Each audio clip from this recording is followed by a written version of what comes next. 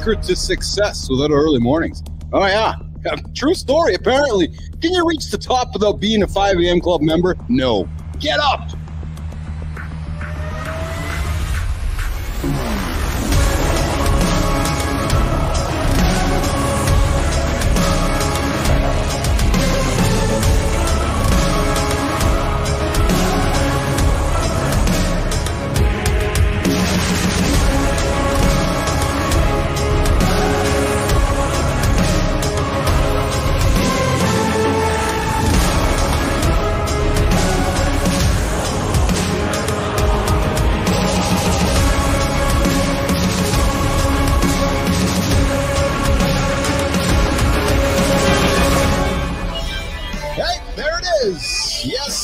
Good morning. Good morning.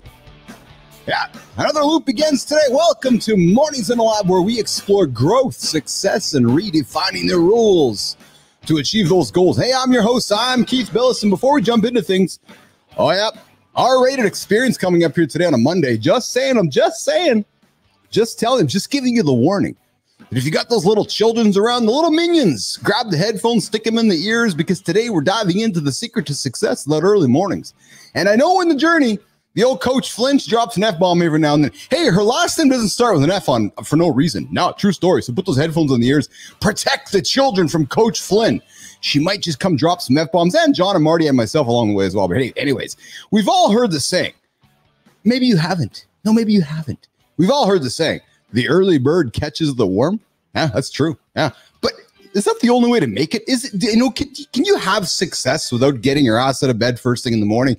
We're going to challenge that idea today. Success is not just about waking up early. No, it's about making smart use of your time. And of course, I got the crew here with me over there. Yeah, over there, see Marty Fit. And just over there, we got John Anderson. And of course, over there is Christina Flynn. And that guy on the other side of the glass pressing the buttons, that's producer Jimmy over in the back. And also, of course, we're going to be joined by a couple guests here today. Michael Konetsky, otherwise known as Ken from Barbie, and Anthony Payne joining us. Hey, the entertainer. I think we got our own Bruno Mars joining us here today on the show, who will bring their unique insights to our discussions today. Plus, oh yes, I got a couple curious conversations happening during the Morning Loop, and an even more curious conversation happening in Morning Loop Reloaded. So if you're interested and curious what comes up in the first 15 minutes of the show, I invite you to stick around. And then in the second hour, it's going to be crazy as well. Of course, we got In the Gym with John and Marty. George Jansen joining us today for Protein Break. And of course, at the end of the second hour, myself and Christina Flynn are digging into business and branding. And then, of course, we have the Community Corner. And hey, remember, coming up next month, middle of next week, November's no month. Oh, yeah, true story. Yep. It's the time of the month you can reflect and say, all right, I got to say no to a bunch of things so I can say yes to something, because you can't have both. You don't have all that time in your life where you can just keep saying yes and achieve all your goals. No, it's not going to happen. You're going to have to say no to a lot of things before you can say yes to something substantial. So think about that. We're going to be talking a lot about that in November. But hey, before we go any further, producer Jimmy, let's roll around. I'm going to switch cameras to that one over there, and we're going to bring up the crew to see what they're all wearing today.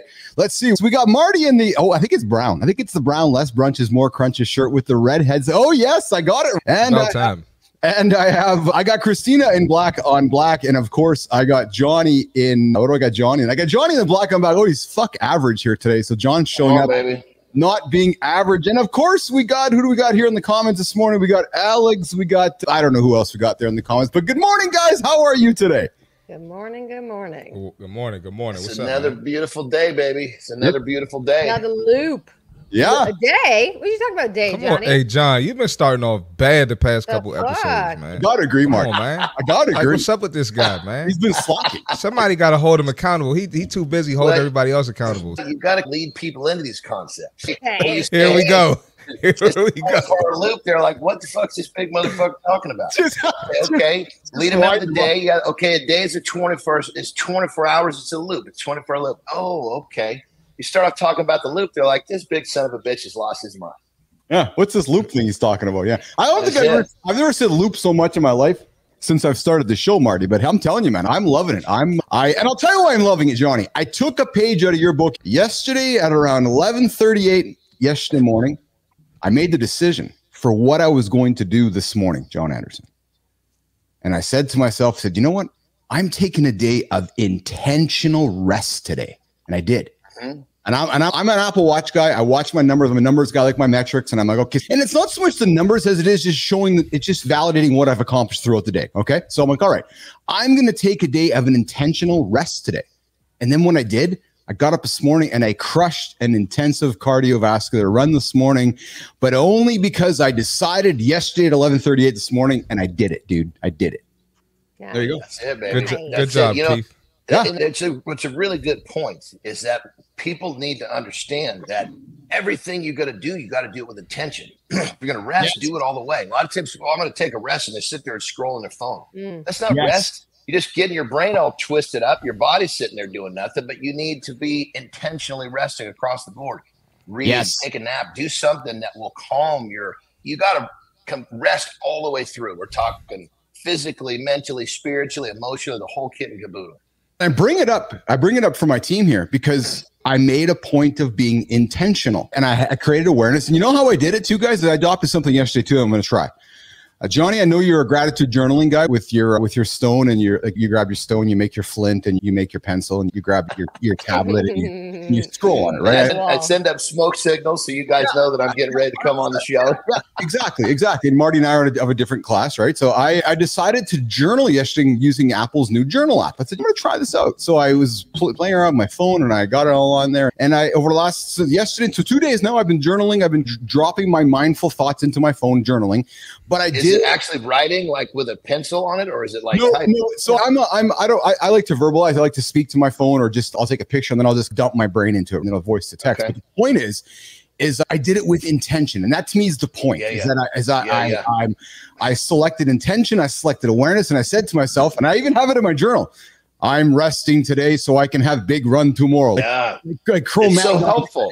It's so helpful, yes, because you realize, okay, I'm doing this today for a better tomorrow. And if we all can grasp that concept, are you trading in today for tomorrow, or are you basically having the discipline today for a better tomorrow? And if you can have that train of thought, that will change life. Well, you know what happened, Marty? I think you do this too, man. You know what happened? But as my day went on yesterday, I found myself really excited about today.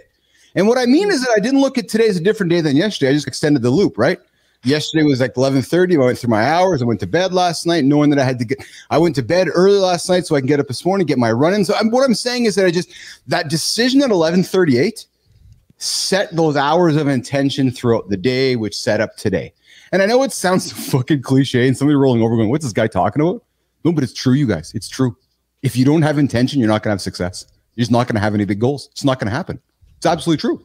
So think about, that's so true, brother. Think of this. A ship leaves a port and it has an intention to get to another port. If it doesn't have that intention, it just fucking wanders around in the ocean, never gets anywhere. Yes, that's absolutely true. That's absolutely true. Hey, Deontay, thanks for joining the show this morning. I hope you got a good opinion. Would like to hear it, and I invite you to join the show. Offer your comments in the feed over there, because we like to have comments like yours. Oh yeah, it's absolutely true story. Yeah, 100%. Listen, I know today's topic is about finding success those early mornings, and I know I'm an early morning guy. Marty's an early morning guy. Johnny's an early morning guy. Christina, well, we're still figuring that out. Early-ish? Early. I'm not early 4 a.m. I'm not there. I'm not there yet. I'm at 5:45. That's okay. There's nothing wrong with that. Nothing wrong with that. This is right, Marty. We tease through love. But I'm telling you, Johnny's going to try to make you feel bad about it. I'm not going to make you feel bad about it. I like to get up. Here's the thing. Y'all can try to make me feel bad. I'm not going to let you make me feel bad. I don't try to make anybody feel bad. I try to inspire and motivate. I never, ever try to make someone feel bad. That's never an intention. If I do and I recognize it, I'll be the first one to apologize, because I'm telling you, what comes around goes around. You throw a turd in the universe, that fucking turd will come back and hit you right upside the face. That's what I said it because I know, bro. You just give it. I said it just because we do. I know. That's all right, bro. You're my brother. You can say whatever you hell. Yeah, I gotta mess with you, man. You can kick me in the nuts, and when I'm on the ground going, God damn it, Marty, that hurt. I'm going, thank you for giving me the perspective I didn't have when I was standing up. You're welcome. I know today's show is about finding success that early morning. I know that's what we're talking about here today. But I'm just going to be frank with all of you tuning in right now. I'm the one who created the show, but I'm not buying it. Nope, not buying it. Nope. I get up at 4 a.m. every day. Yep, rolled over today. Go 4 o'clock because I believe that getting up early is the key to success. Oh, I love my 4 till 5, 5 till 6. Look, you can tell me all day long about how some people are night owls. I used to be one of them. Oh, yeah, true story. Or how it was about working when you feel the best. But here's the truth. Here's the truth that I believe. I think Marty believes, Johnny believes it as well. The world runs on the schedule of early risers. Yep, true. You think you can just wake up whenever, roll out of bed, and still get ahead of the competition? No, not happening. Because if you're competing with me, you got to get up before me. Yeah, true. And I'm getting up at 4. So while you're sleeping in, I'm getting up, I'm hustling, I'm running, I'm grinding, I'm lifting, I'm making cash. I'm beating you to the punch. True. Waking up early isn't just about the time, it's about the discipline. So it's about starting your day on your terms, not somebody else's terms, not letting the day start you, which is why I like to get up and attack the day at 4 a.m. I don't care if you're more creative at midnight. Now, if you want to win this world, you got to get your ass out of bed early. The early bird just doesn't get the worm. The early bird gets the head start. The early bird gets the planning time, the quiet moments, the clarity that comes before everything else is awake and asking for your attention. So yeah, today we're going to talk about success in the early mornings. Yep. I want to throw something across the table, Keith. Yeah, but I'm here to tell you, I think it's bullshit because success and prep starts at 4. But Marty, what do you think, brother? I'm with you though. I'm right there. I agree with you, but it's a lot of people, like successful people, that completely disagree. Like they say they get up at 9 o'clock. They'll just stay up later. They might stay up till 2 a.m., 3 a.m. And they say as long as it gets done, that's what matters. Yes. So I think that'll be good that like we brought some examples on of people. I'll do some digging. I think it'll be good, and we can preach our side and why we disagree with them, even though they. Let me add a perspective, Marty, because I'm definitely feeling what you're saying, and I think what it comes down to, I love it. For me, it's a state of mind. Yes. I'm gonna do it. When I say, forgive me, when I say you, I'm not addressing my co-host. When I say I'll do the shit that you won't, I'm talking to the world, and that for me is a state of mind I need to get ahead. Now, yes. Maybe I was the guy that said, you know what, I'll work until 2 in the morning. Maybe it was the flip side of the equation. I personally feel that when I'm awake before, like you said, Keith, getting that jump start, for me, that gives me the state of mind. Yes. So I think there's under getting beneath the actual physical time. I think there's like an attitude. There's something that has to trigger a person to be willing to do the shit that everybody else won't do. Go ahead, Tina. I agree with you in a lot of ways, but to your point, I don't look at it from a competition perspective, right? Keith, you're like, the guy next to you is getting up, the guy next to you. I don't think it has anything to do with competition, because also when we look at competition from that perspective, it's that scarcity mindset. But again, you have to do what works for you. And whatever your process is, whatever your brain is, you need to have the self-awareness to put the time and the effort in to understand, okay, this is what works for me. If you don't have responsibilities at night and you don't have to get up early in the morning to, like me, a bunch of fucking kids, then stay up late at night. That's awesome. Stay up late at night and then do your thing and plan. But I think to look at it as an external motivation versus an internal of the state of mind that you're putting yourself in, how you're actually prepping yourself for the day, whatever works for you from a process perspective is great. But don't make it about the competition, because the competition in and of itself, there is no fucking competition, especially for the work that we're doing. That's scarcity mindset shit. I don't care about what my competition's doing. I care about what I'm doing and how I'm showing up. Well, think for on that level, we talk about works for what works for the person.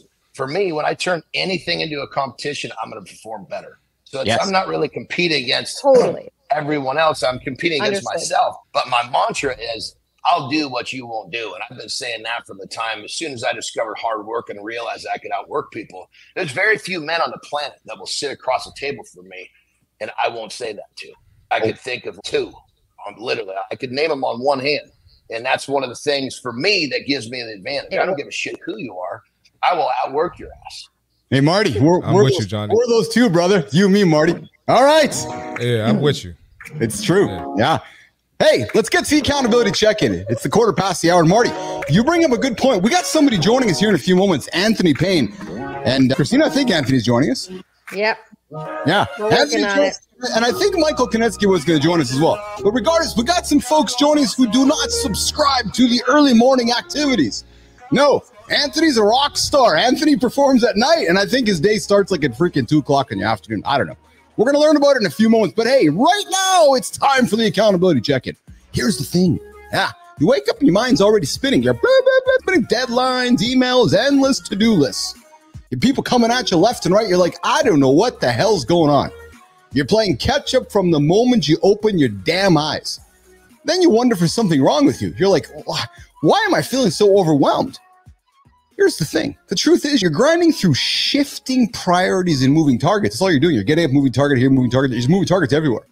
Without structure, you end up reacting to everything that comes your way, never feeling like you're in control. Suddenly, you look at 6 p.m. and you're asking, what the hell? Where did the day go? What did I even do today?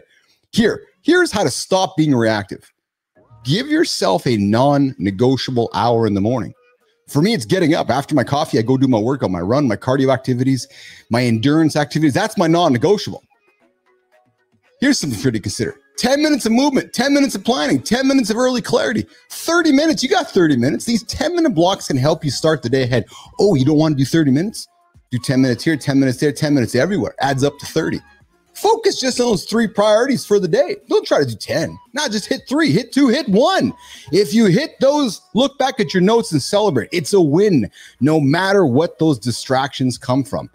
Structure your day, your whole day with flexible blocks. Let your routine adjust to life's curveballs.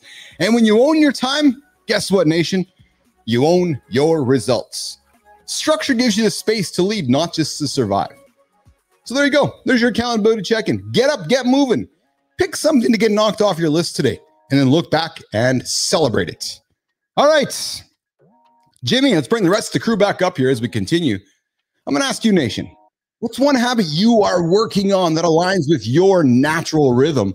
Whether you're a night owl or an early riser, consistency is what will make the difference. And hey, don't forget the no month is almost here, around the corner. Next week, start thinking about what you can cut out to make room for your biggest goals. And hey, if you're loving what we're doing here, I invite you to subscribe or comment on the channel and keep us rolling along here Monday to Friday. Now, hey, it's time for Center Stage.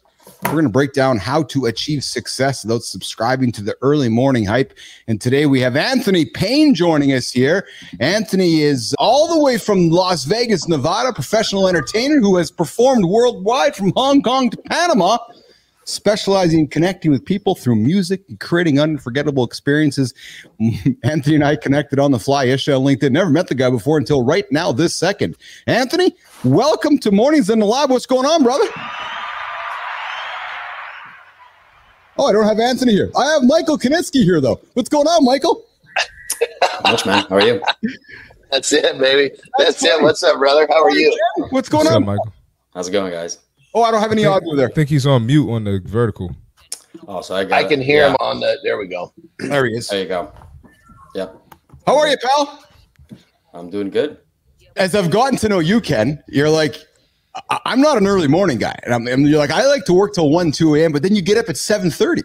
So from my point of view, Michael, it's like you're burning candles at both ends. Am I wrong? Or that just works for you? And as you may have heard in our opening monologue, we're all about finding what works for you. I'm an early morning guy. Johnny's an early morning guy. Marty's an early morning guy. But you have found a lifestyle for you that you stay up late, you tackle your mornings a little bit later in the day. But Michael, you subscribe to this whole idea that you can still win your day by not getting up at 4 a.m. Am I correct?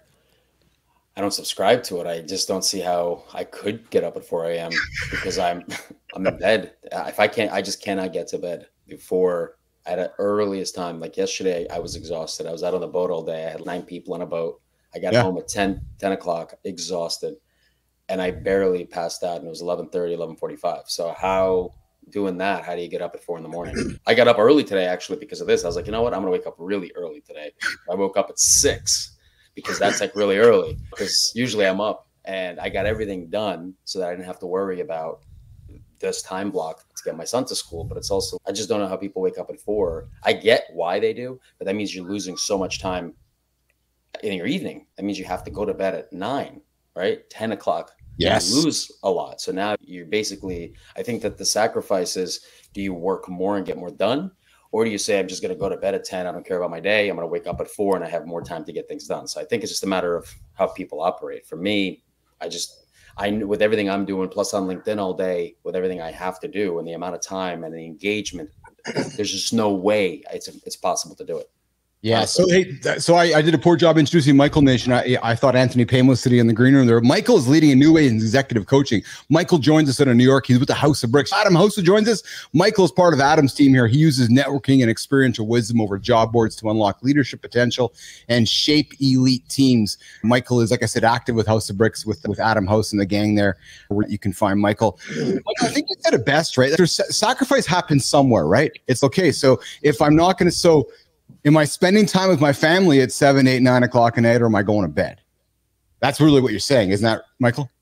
It also depends on what your family's doing, and it depends on what their lifestyle is, right? So if you have significant other, kids that prescribe to that, that's great. But what if they don't?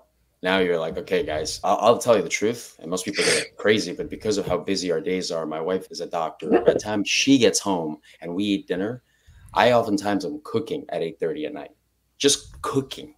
Oh, wow. Dinner. Yeah. Just think about that. So if I'm cooking at 8:30 and by 9:30, we're like sitting there looking around, we're eating. Can you imagine being like, it was nice knowing you guys, and go to bed. So I don't see how it would happen. And honestly, I've never been somebody that woke up at 4 o'clock in the morning unless I had a half marathon to run. Interesting. Johnny? I got an interesting perspective here because all our conversations about up early, what we haven't really talked about was there was a 7-year period of my life where I was wrestling, and mostly I was in the semi or the main event. So I wouldn't even start work. Like I wouldn't be actually getting in the ring until sometimes 9 o'clock, 10 o'clock. So by the time I would get back to my hotel, sometimes it might be midnight or 1. And so during that time, I wasn't really watching the actual numbers on the clock. I was just subscribing to my method, to my philosophy of I'll do more. So I would get up earlier than everyone else, and I would go to the gym and I would do my shits, but it wasn't really about a certain time. If I didn't get to bed till 2, I was going to make sure I got the sleep I needed, boom, up and I was moving. So in that perspective, it's just literally just my schedule was just shifted based upon where my commitments were. In the life I live now, where it's not about performing or I'm more of a business person than a competitor now. I have much more control of my schedule, and this is where I choose to get up really early so I can get that jump start of the day. But I guess what I'm getting at is there's sometimes in these different careers or different paths, you got to remove the numbers, and you just got to look at the philosophy of what you're doing. Hey, Marty, question for you, brother. If you weren't doing this morning show, if you weren't training clients like you do with your fitness training, would you be an early morning person, Marty? Or would you be subscribing more to Konetsky's, which is I'm getting up at 8, getting up at 9, I'm not getting up at 7:30, getting after things at 9, more of a traditional type approach, Marty? Yeah, I would probably wouldn't get up that late if I didn't train early. Yeah, that's late for me. But if I didn't train early mornings, I probably would knock my workout out first thing in the morning, so I don't have to worry about it throughout the rest of the day, and I can focus on other things. So it's very possible that I still would get up early. I just like it. I feel like there's not a lot of distractions going on, and I can put myself in the best mental state to be productive throughout the day. That's what works for me. Just like Michael said, you got to do what works for you. Yeah. Hey, Michael, question for interesting take on this. So, Michael, you're East Coast time. Johnny's Pacific Coast time. I'm Central Coast time. I have Central time. It is no coast here in the central part of the country. No, just nothing but flat land. Hey, Michael, super flat. Yeah, exactly. Michael, being on EST, do you find that you don't have to get up so early because the world subscribes to your kind of time zone? Whereas Johnny's like, okay, if I'm getting up, I have to get up early because half of the world's already going. Like when I find myself, Michael, going to the West Coast and you're like there in the afternoon, you're like, fuck, nobody's doing nothing at 3 o'clock in the afternoon because I see you nodding there. So I'm wondering, so I'm going to stop talking. You agree with that, don't you, Michael? I actually realized this in the funniest way when I was learning and then also started teaching people how to use LinkedIn. There's a kind of a very interesting mantra, and that is no matter where you are in the world, you're posting for EST. Yes. No one cares if you're in San Diego, you're in Canada, you're in Italy. Yes. good for you. We don't care. Yeah.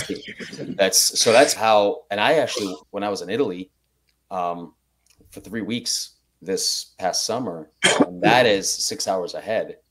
And I was like, wow, this really sucks being so far ahead at EST.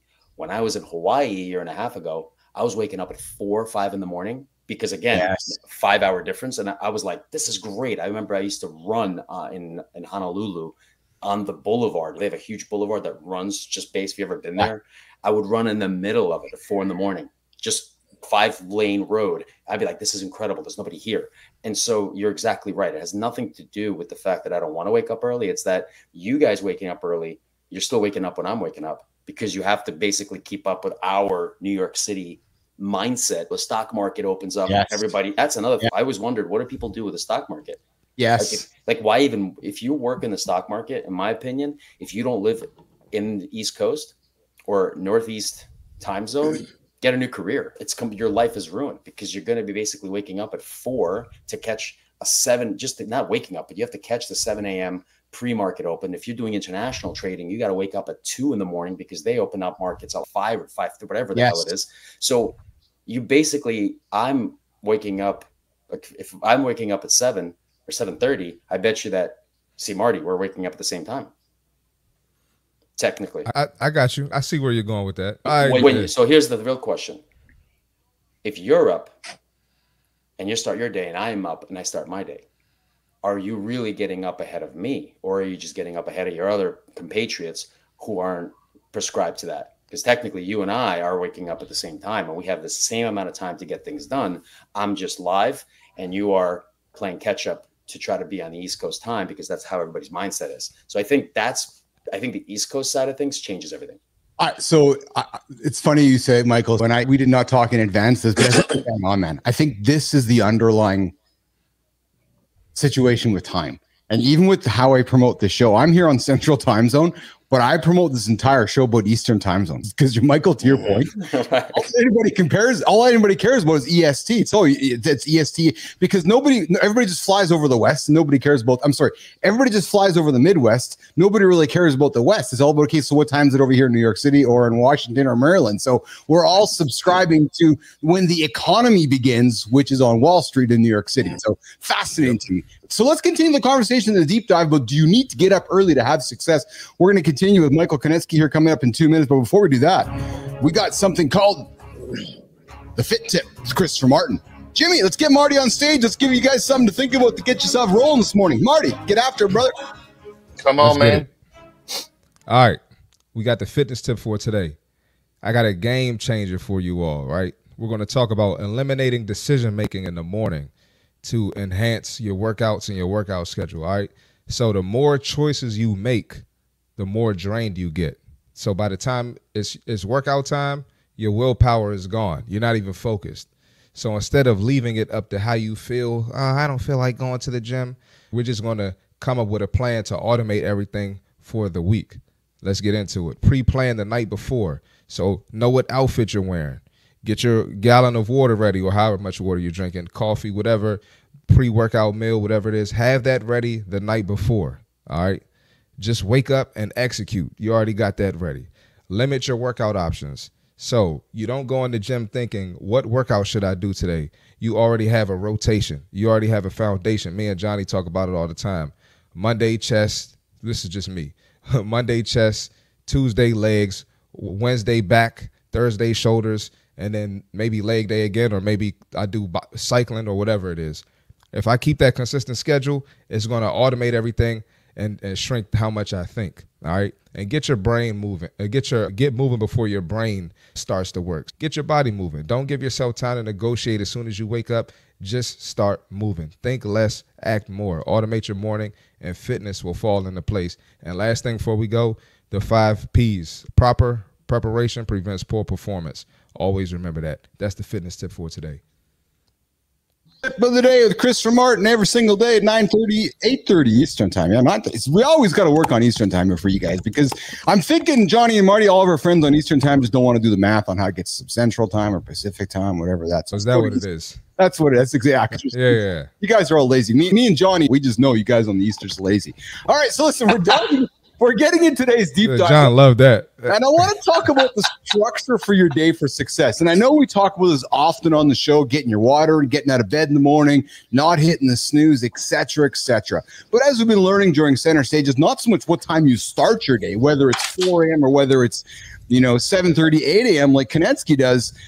What we're learning is it's really about how you can make the most out of your energy and focus without sacrificing what matters most. Michael, you're a runner. You like to get up and get your running in, your marathons, your half marathon running.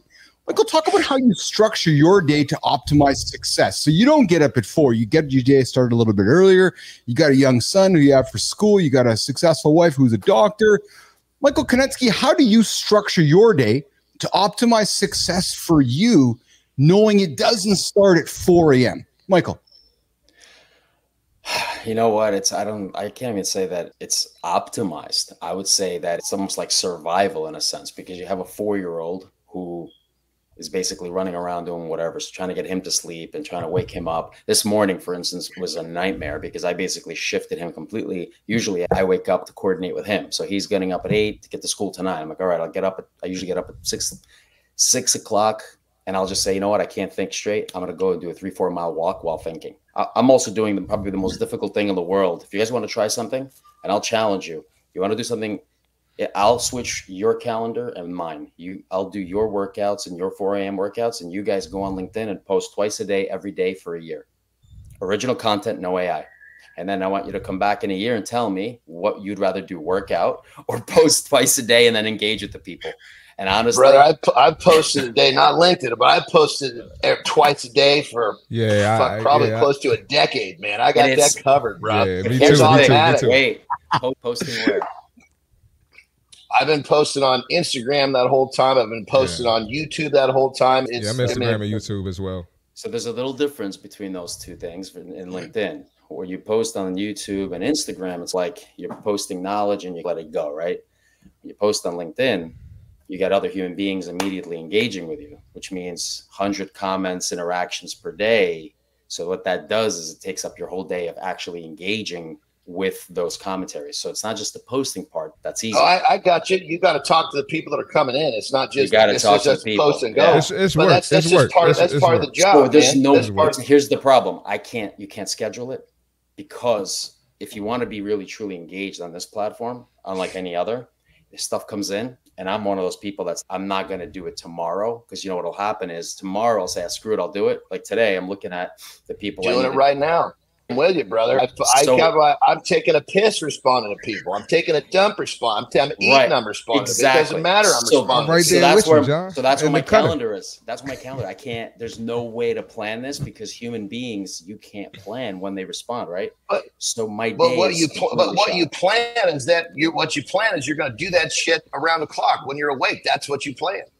That's what I mean. So what that does is, because I'm doing that around the clock, all the other things now are getting stacked. Okay, I'm going to do this. Damn, now you go back to something else. So LinkedIn, to me, has actually, a year ago, I wasn't doing it like this. I was recruiting. My day was very structured. LinkedIn, with human engagement and interaction, it has completely blown my schedule to shreds. It's impossible to plan anything. I have people reaching out to me going, oh, that's great, let's talk. And then great, back to conversation. So LinkedIn has become, while how great it is, there's going to be, I'm telling you, there's going to be like mental health clinics for people to check themselves in because they're on LinkedIn too much. And brother, I'll be the first one. Real quick, on that level, that's one of the things that I take pride in. I'll do the shit that you won't. I'm not talking about you personally, brother, but that's my philosophy. I'll do the shit that other people won't. And if doing what you're describing is part of that, then I make it happen. And when you make it happen long enough, it becomes automatic. And when it's automatic, right, you're not really thinking about it consciously. It's subconscious, and then you've got your conscious effort for everything else. You're absolutely right. And that's the part that I think a lot of people don't want to do. Not only just that exercise, you want it to do it long enough where you, like you guys said, how do you eliminate thinking in the morning? You do it long enough where it's no longer a thought and it's just a habit. And it's a habit. And but there's another level. From a habit, it becomes not even a habit anymore. It almost becomes a natural motion. It's almost like, right? It turns into a life system. Well, instinct, right? What above habit is instinct, right? Like I always find myself like I'm in the shower and I always do these crazy things, and I'm in the shower, so I wouldn't, but I do these things where I'm like doing something and 3 things fly up and I catch them all. I'm like, I wish somebody was recording this. And then I'm like, but I'm in the shower. No, I don't. But like those instincts of catching random things without thinking about it. And I posted about it the other day, and you guys tell me, is it okay to just do and not think when there's an instinct, or should you always slow down, think, qualify, quantify, and then act? And so I'm thinking like some of the things we're talking about are difficult because they're not even habitual, but you want to get them like Marty and John. I know for a fact for you, working out isn't a habit. It's now an instinct. You're above the habit part. The habit part is like one way or another, it can be broken. An instinct is it's part of who you are and it just exists. And that's the part I'm trying to get to. Your terminology for instinct, I think, is my terminology for a life system. Yes. It's a system. It's just something that's part of my day. It's who I am. It's going to happen. I have to make an effort to stop the system. The system goes on by itself. If I need a break from the system, I have to be intentional about, okay, I need to not train today because I need the rest. But in terms of stuff like staying on top of the little things like with social media or business, those things, I will never, ever stop those systems. I don't want those systems to stop because the longer they exist, the easier they become. So then I guess the question for Konetsky is, Michael, so you're not a 4 a.m.er, you're a 7:30, 6 a.m., depending on when your young boy gets up. Dudes, and this question with all the respect, so don't take it inappropriate, don't take it without respect. Does your day happen by accident with success, Michael, or does your day happen with structure and success, but through your way of doing it? And what I mean by that is that you get up, your day happens, it activates, and it ends. And from your point of view, you're like, yeah, that's really successful. I don't need to have this whole thing of structure. I have my non-negotiables, and that's good enough for me. Am I characterizing that properly for you, Konetsky? I would say yes. I wouldn't say it's an accident because I still have a calendar and my calendar is jam-packed. So I can't say that it's an accident. That's why I believe there's people I know that don't believe in calendars. For me, anything to do with me. And by the way, I do have a system. It's crazy, but it's also interesting. If my wife goes to me, hey, how's it, I get some Cheerios. I'm like, put it in the calendar. So every single thing that we have, like we'll be driving and I'll be like, my wife will like, hey, I told you about this. And I just go put my phone up. I go, where? So she'll be like, I'm like, calendar. So what I've done is I've synced my personal and business calendar. So whenever she sends me a reminder of anything, it could be the dumbest thing, getting my hair cut at 3 o'clock. Okay, boom, it goes into my calendar. And now it's my work calendar. I do that too. Yeah. And I decide if it's a maybe, a yes, or a no, depending. But that's my system. It's the calendar, because so many people now are trying to get on my calendar and trying to speak to me that when I look at my calendar throughout the day, what ends up happening is my system is characterized by the things that I know I have to do, but all of the things not on the calendar, those are the things that I want to get to, but they're not like I have to get to them. And to me, that's why I wake up at 6 in the morning and go for a 3-4 mile walk, because I'm like, okay, I got to think of something to write. I got to respond to things that I didn't do yesterday. And it does take up a lot of your time. LinkedIn is a monster of a thing that people think like, oh, it's social media. But if you're doing everything on it, then it becomes a massive, big thing to do. It's crazy how many hours I spent doing it. And I don't think anybody understands how many hours you have to plan. So I'm telling people the same thing, put it in your calendar, 15 minutes, go engage. 2 hours later, 15 minutes, go engage, because it will take up your time. That 15 minutes turns into an hour and you're like, what the hell just happened? Because you're engaging in conversation. And brother, when you say nobody understands, that's fucking perfect, because they're not doing what you're doing.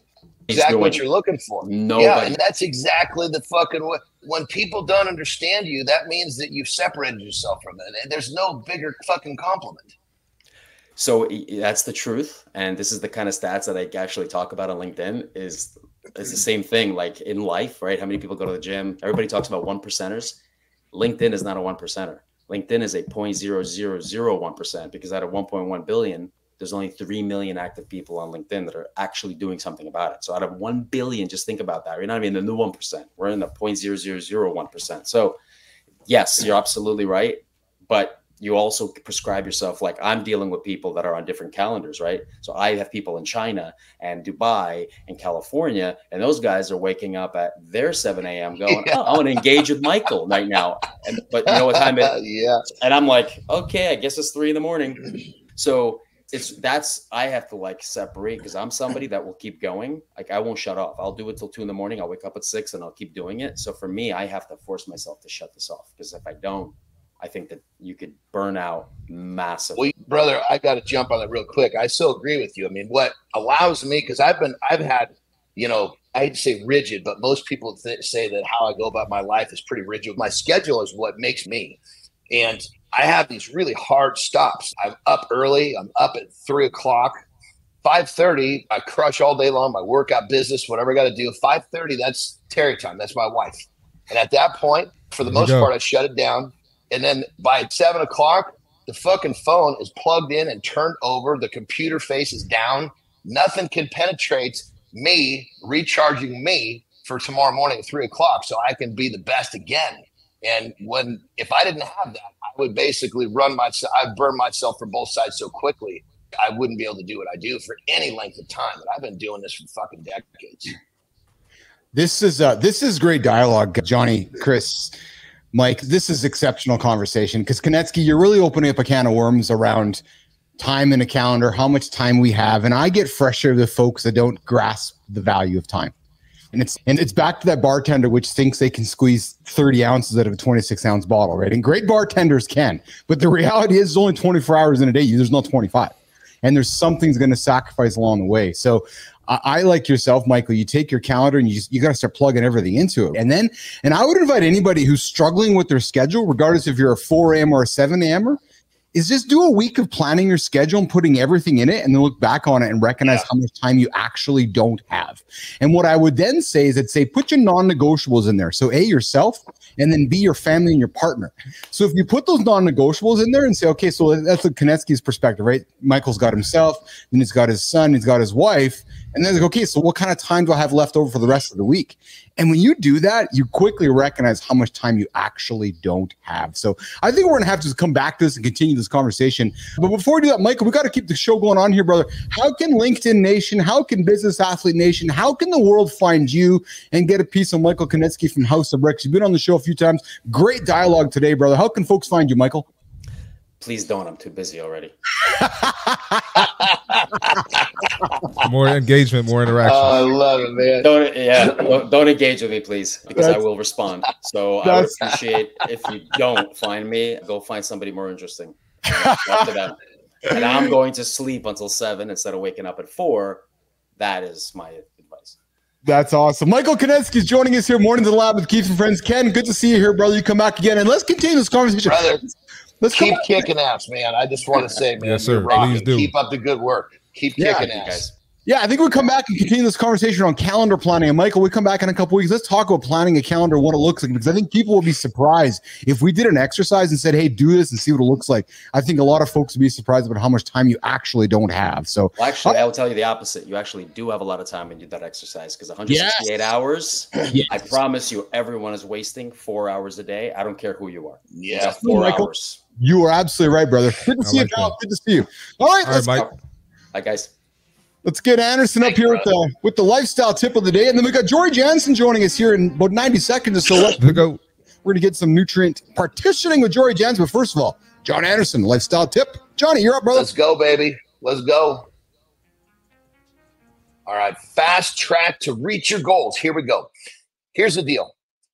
When you win the morning, you're going to have a good day.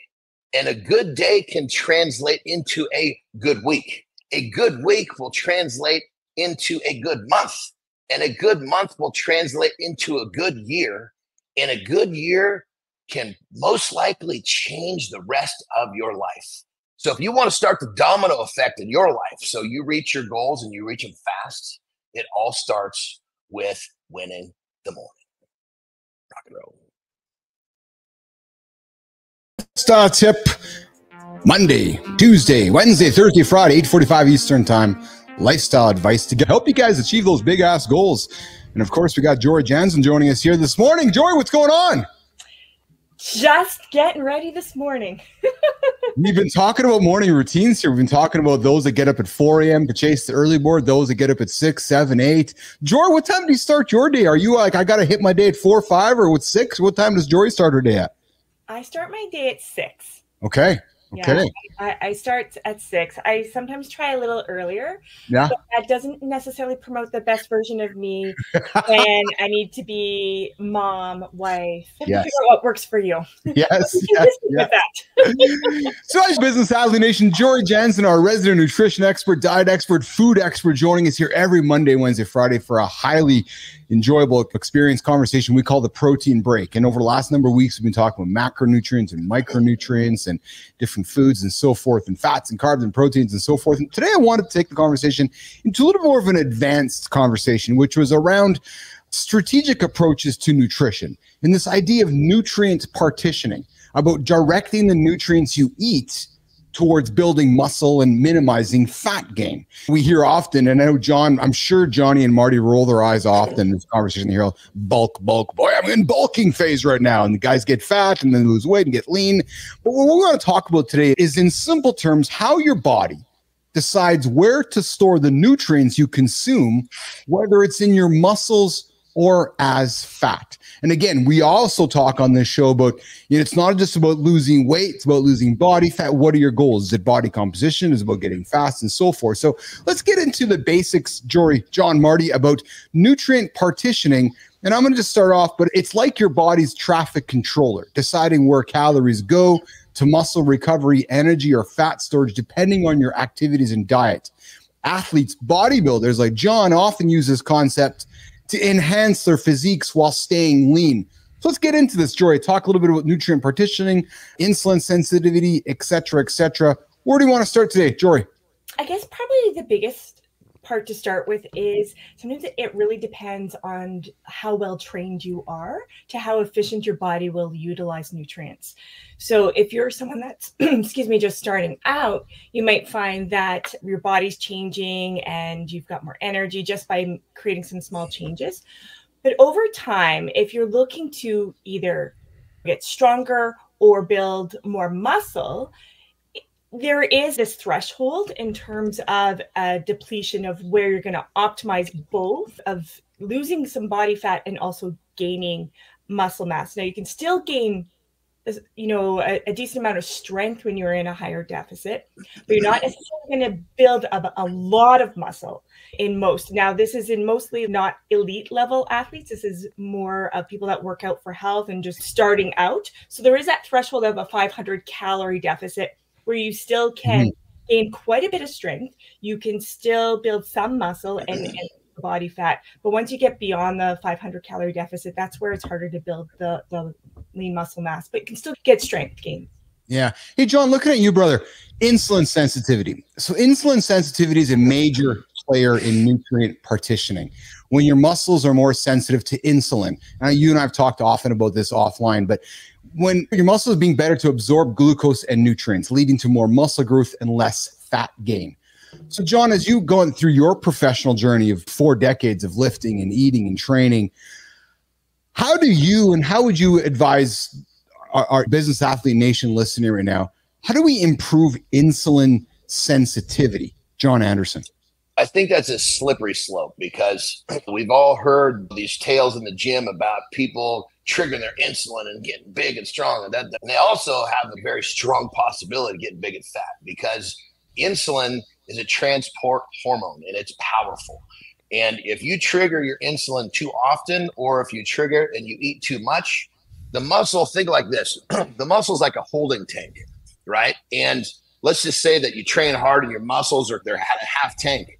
And then you basically, after your workout, you trigger insulin and you start eating. Well, the muscle can only hold so much. Once that muscle holding tank is full, that's the term spillover. All of that nutrient can't go in the muscle, so it spills over. It can't go in this tank. Guess where it's going? In the fat cell. So this idea of insulin, yes, it's very powerful, but it's a slippery slope, and people don't understand how quickly you can get fat if you don't understand how to control using triggering insulin. And so I think when it comes down to it, I think if people understood insulin a little bit better and they understood how the body works, they would perceive this hormone very differently. So then, Jory, John, I'm going to come back to you guys. Listen, so resistance training is key. And then eating a balanced diet with lower glycemic index carbs and timing your carb intake. And I know, John, through a lot of your philosophies and principles, not so much on the carbohydrates, but if we're talking endurance and different athletic goals, let's keep the conversation global. But when you're eating a balanced diet with a lower glycemic index carbs and timing your carb intake around workouts can significantly improve insulin sensitivity and nutrient uptake. So let's talk about this, because I love your analogy, John, about filling up the muscle tank. So Jory, looking at you, when John talks about that, talk about, Jory, the lower glycemic index carb that somebody wants to eat. Yeah. So lower glycemic, not filling the tank up improperly, like John talks about, Jory. Yeah. So lower glycemic, just for everyone's basic needs, it's foods that are really high in fiber content. So they're going to take longer to break down in the gut. So you're not going to get that quick, fast rise as if you had some gummy bears or jelly beans, right? And sometimes you need that, but for most, when we're changing body composition and we're working out specifically for that, we're looking at high fiber content. And so carbohydrates, protein, so like chicken's not going to be on the glycemic index. That's protein. But your carbohydrate sources, yeah, you want to have complex carbs because the fiber content, now that's an F word we can share all the time, fiber content is going to take longer to break down, and with that slower release, that's going to be better. Now changing body composition, the other part of fueling strategically. So you're going to need time to digest that. So you don't want to have it 30 minutes before a workout, or depending on the amount, I suppose, that you're eating. But a higher fiber content can also make you not feel awesome during the workout. So time it out at least an hour, if not 2 hours. And that should help in terms of releasing the glucose that you need. But yeah, you want to make sure that you have that balanced intake of those complex carbs because they are slow releasing. That helps in terms of insulin sensitivity. One of the markers of helping insulin sensitivity, which is going to help glucose transport. Now, if your cells don't have that glucose, you don't have that quality workout. You need amino acids, right? So that insulin helps in terms of amino acid availability. So that way you're building and repairing. You're going to have that recovery time afterwards. So that's going to help you have that workout tomorrow again, and you're not going to have that muscle soreness. So that's the glycemic index side of things. You're going to have, your body has rises and dips throughout the day. That's called normal living, but you don't want those spikes and elevated spikes for too long, because then yes, we do have that chronic stress response of cortisol. We need some cortisol to be able to live life, but to have that chronic elevated stress response isn't going to help in terms of the body composition change. Yeah. Johnny, comments? And real quick, I just got to jump on just to help our listeners understand. There's no question that understanding how to trigger insulin at the right times can be drastically helpful. But somehow the bros in the gym turned this into, oh, let's eat a bunch of candy after our workouts. And eating all this shit, triggering your insulin, has really become like I don't know, it's so misunderstood, and people think they're doing themselves a favor. And it's really what it comes down to is is it triggering insulin? Yes. Is it triggering too hard when you're eating a bunch of shit like that? Absolutely. Are you getting the nutrients in from the candy you're eating? No. So it's really backwards the way that the bro science of insulin has got people thinking about this totally backwards. The idea is to slightly trigger it and then shuttle in all the nutrients that the body needs to actually help it do what it wants to do, rather than shuttle in a bunch of preservatives and shit that the body has no idea what to do with. It's like putting gravel in the stomach, and then the body's going, shit, okay, my insulin's triggered. There's no nutrients here. I guess I'm just going to take this sugar and I'm going to fill up the fat cell in my tits. And that's what ends up happening. People get fat. You know what I love about this segment, Jory and Marty, is that we bring Jory's knowledge and experience to the table, but then we bring John's 40 years of actual life experience of doing these things, because we talk about this so much, right? Like, to live a lifestyle, fitness or nutrition, you got to try. You basically got to say, okay, I'm going to do this for 7 days, 14 days, a month, or 3 months. And you got to enjoy the process. So it's one thing to have all of the knowledge as possible, but then it's put into action. So when I hear Jory give these analogies of using the muscle tank and so forth, it takes the knowledge you put into practice through John's perspective of real life. And I find it so easy digestible. Do you know what I'm trying to say, Jory? I do. Yeah, you have to bring it down into usable terms. And I like the part too, in terms of not just fueling with some quick, easy carbs, whether it's those monster drinks or whatever it is that people are enjoying, but there's key nutrients in food that actually help with hormone balance, which then impacts how the body's going to recover.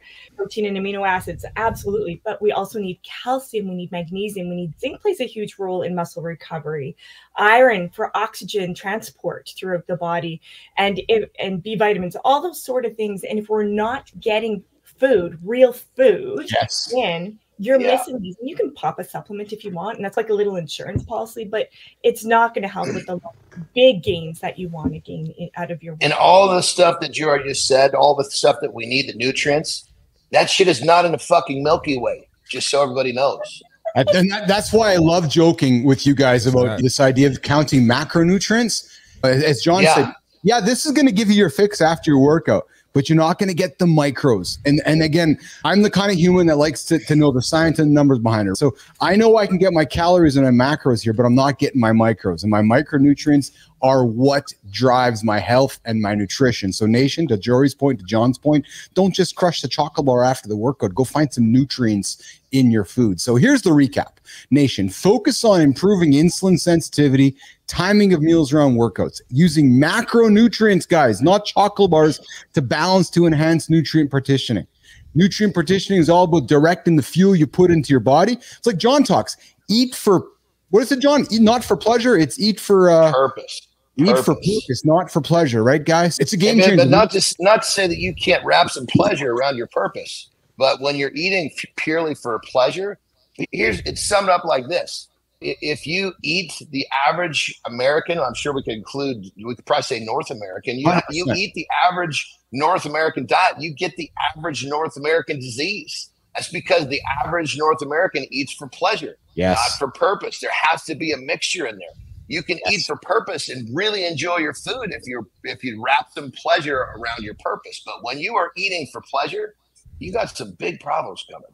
Yes. Yeah. Jory, as always, great conversation. You're always dropping nuggets here in the lab here Mondays and Wednesdays and Fridays around just bringing stuff up there. And I like it. You bring it up, you set it up. And then John takes what you set up and says, and use these real life examples of this is what's happened over the years. Right. So I love it. Jory, thanks for coming in today. You got a big day ahead of you today. Are you ready to rock and roll and attack Monday? It's going to be a good Monday. Oh, yeah, there you go. There you go. There you go. All right, George Jensen, the Protein Break, every Monday, Wednesday, Friday at 8:45 Eastern Time, mornings in the lab. And hey, we're working towards doing like a question and answer, guys. So on Fridays, if you're hearing things, you're curious about what Jory's saying or John or Marty are saying, write your questions down, bring it into the lab on Friday so we can throw some questions on the table and work towards an AMA with Jory Jensen on Fridays for the Protein Break. All right, Jory? All right. Thank you, Jory. Always a pleasure. Have a good one. And hey, guys. There it is. There's the sound effect. Bringing in our, look it to the left, look it to the right. She's coming up, the Twitch. Christina Flynn with the personal brand bite every single day. What do you got for us today, Coach?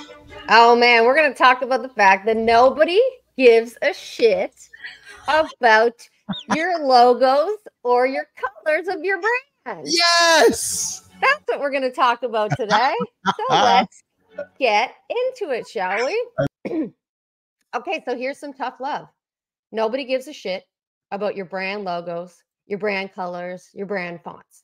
Seriously, I promise you. Save yourself $2,500 for the brand book. Don't start there if you're just starting to grow. Here's what people think most brands are about: fonts, logos, colors. They spend an inordinate amount of time working on those things. But here's what it's really about. And it comes down to 3 questions that will give you more clarity than that $2,500 brand guide. I promise you. 1, what's your origin story? Where are you from?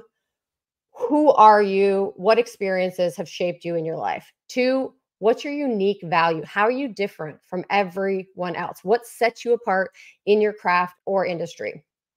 3, what are your core values? What do you stand for that never wavers? What are your non-negotiables? Take 5 minutes, answer these today, and you will have a foundation of a stronger brand.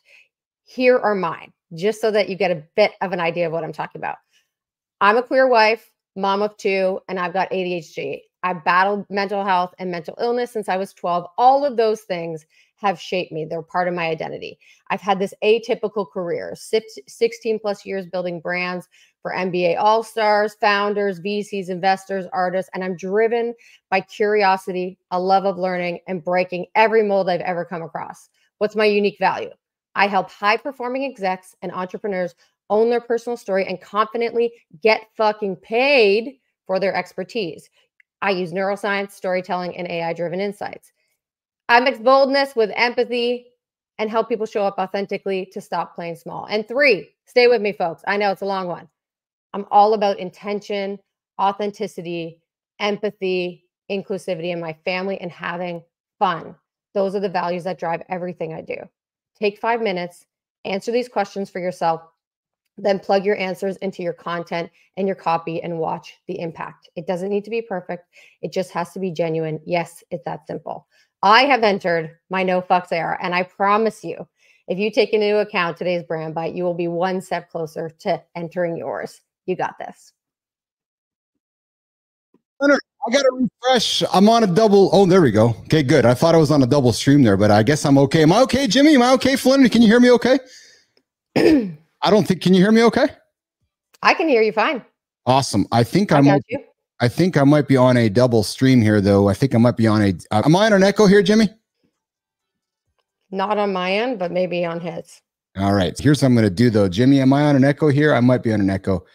In the meantime, Fit Presenter, talking about the fact that I spent several minutes creating my logo. People are on my case about a rebranding package. 100%. You're not alone. This is many people. I promise you, shift. Don't focus on those things. Those are really tangible things that people try to sell you on because they try to tell you the problem. But the problem really comes down to the fact that you need to shift your focus from what's the visual representation of this brand that nobody actually pays attention to. Give me, other than the massive brands, give me anyone's personal brand that you actually know their logo, their font, or their colors. No, it just doesn't happen.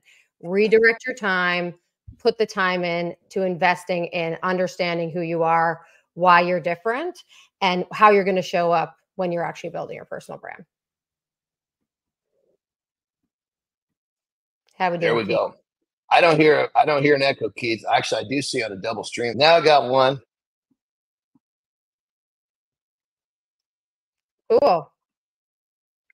Yeah, let's get into it. John, I'd love to hear your perspective on this, and let's get Marty up here as well. I'd love to hear your perspective on this. Have you learned this lesson the hard way of investing in the brand, visual identity, the font, the colors, the logos? What does it look like from your perspective? I've always been that guy. That's I think that one of my gifts from the time I was young. I was just dumb enough to believe I could do it, which means I'm quick to take the first step. And in pretty much all of my business ventures, I didn't create logos until I was actually up and running. I just got in there. If I can't get started and I can't have some success, what the hell is this logo? A logo doesn't help me be successful. All right. Once this thing's off the ground, once this bird is off the ground, okay, time to start putting some time into representing how a logo and blah, blah, blah. But realistically, what it all comes down to is I learned to be who I am early. And for me, that's what always has led the charge. The logo, like this little deal right here, that's my logo. It's my initials. It's just a JA, kind of a cool little JA. Very basic, very simple. But that thing came long after I was successful. Wow. Yeah. Yeah. And Marty, I'd love to hear your perspective. Have you learned this lesson the hard way? I'm saying this because I have learned this lesson the hard way. I focused intently on my logo and my colors, and I needed this like perfect visual representation. I spent a fuck ton of money on it. And I was like, oh, this doesn't matter. Why did I do this? Why did I waste my time? Yeah. On that level, I like that. Sorry, I just got to steal one more thing, Christina. Early on, I think part of the reason why I focused on getting the bird off the ground is I was fucking broke. A logo wasn't helping me make money. I was too. I was putting that shit on credit like an idiot. Yeah. Sorry, Marty. Sorry, Marty. You good? I just want to chime in quickly. Anybody I saw that was focused on the logo, they end up quitting the business or not being successful in it. I automatically just never followed that. And I always was get the cash first before anything. How you say it, Keith? The cash? Get the cash. Yeah, get that first. Yeah, get that first before you learn. Yeah, yep. That's exactly it. All right, hey, it's the Morning Loop Reloaded. What's going on, Felix? We got a Felix joining us this morning out there. Maybe we're gonna look and do some work for this after us, the show here. What's going on, Jimmy? What's going on, Nation? What's going on, Mike? Reloaded. I got something fun for you guys. I'm running a little behind here, but I got a fun topic that I found over the weekend. And as I was pulling it out, I thought that this would be he's setting it up with that. Pulling it out. So this one here, I knew Pull the little fella out. As soon as I read this topic over the weekend, that this was set up perfectly for Reloaded. So here's something extremely wild today. A medical case from Lebanon, Johnny, Marty, where a man got what seems like food poisoning. Yeah, food poisoning in his penis. Yeah, you heard that. True story. Food poisoning in his penis. What was his penis eating? So let's break it down. So here's what it is. A 38-year-old man in Lebanon described as what he called was vigorous sex with his wife after a meal. Shortly after the meal, he started vomiting and had severe diarrhea. And then out of nowhere, Anderson, his penis started swelling, turning extremely red, and even started scabbing. Yeah, I'm talking scabbing. Scabbing. Yeah. Holy Toledo, that took a left turn. I wasn't seeing that one coming. He endured this discomfort for a week before finally heading to the American University of Beirut Medical Center. When the doctors examined him, they swabbed his swollen and scabby penis and found a bacteria called Bacillus cereus. This bacteria is typically associated with food poisoning, specifically the kind you get from improperly stored cooked rice, also known as fried rice syndrome. So, how did it get here? The doctors at this university hospital have some unpleasant theories. Marty, they think that this fellow's penis came into contact with his own vomit or diarrhea during sex, combined with the increased blood flow, which led to an infection. He wasn't stopping. He was still getting it going when he was fucking throwing up and shitting his pants. Yes. So there's no way. There's no way. Jesus Christ. So apparently, what the hell was his wife thinking, man? Jesus. There's no way. Get the hell off of me. You know, take that shit in the bathroom. Apparently, during the vigorous activities, and that was the key here, the vigorous activities, there was diarrhea or there was fluids happening. The penis came in contact with it, and the penis got the food poisoning. And now, the penis being it, and it had to take its own time to recover.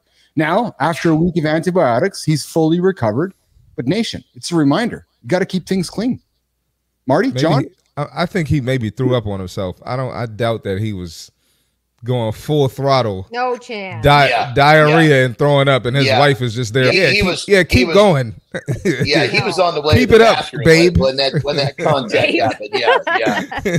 Jesus Christ. I don't think that happened. That's crazy. I agree with that. This is National Enquirer shit. Now, it was actually not from National Enquirer. It was from the University of Beirut, Lebanon, a science journal that I found around this whole situation. And Nation, I'm telling you right now, this show isn't just about penis jokes or penis stories. I just happened to find it again. I'm like, okay, I guess we got to talk about a guy who got food poisoning in his penis. What else can you say? There are some sick people out here, so you never know. You never know. Yeah, some of the shit that you hear goes on out there. Maybe he was throwing up and shitting his pants, and the wife is going, "Honey, you finally got what I wanted. Keep going." Stop being. I told you to stop being a punk. Yeah, stop being soft. Stop vomiting on the penis, honey. Stop vomiting on the penis. She might be a coach. Don't vomit on your wiener. Vomit on me, please. You know. She might be a coach like Flynn and coached him up to do it. Maybe. No. She's in her no fucks era. She's in her no fucks era. I mean, she's getting lots of fucks, but they're just a little bit weird. Man, that's a crazy story. I would have never. That's something that you can't even think something like that up. So I'll tell you, I was skeptical about it as well until I kept reading the story, and then I found out that he went to a hospital, and I read some more about the hospital. I'm like, okay, there's some legitimacy here, so I guess I'll go with it today. That's crazy. Hey, listen, man, we like to have fun. Morning Loop Reloaded, the only unpredictable minute to start every single hour. You don't know what we're going to talk about.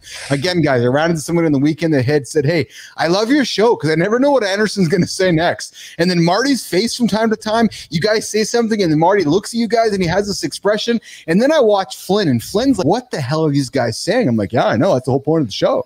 It's just like this show that you never know what's coming. So hold on. Am I the guy that's deemed? What am I going to say next? What about these crazy goddamn stories you're pulling out of the news where nobody can find it? I'm the guy. You are definitely one of the ones going, what the hell is Anderson going to say next? So here's the comments I often get. Billis, whatever you're going to say next, I never know. Anderson's up there as well. And then the comments are Marty's facial expressions. When he hears you guys, it's, oh my God. Yeah, I'll give it that. Yeah, when he tips his head back, when the head goes back, he's trying to get a grip, you know? Oh, that's it.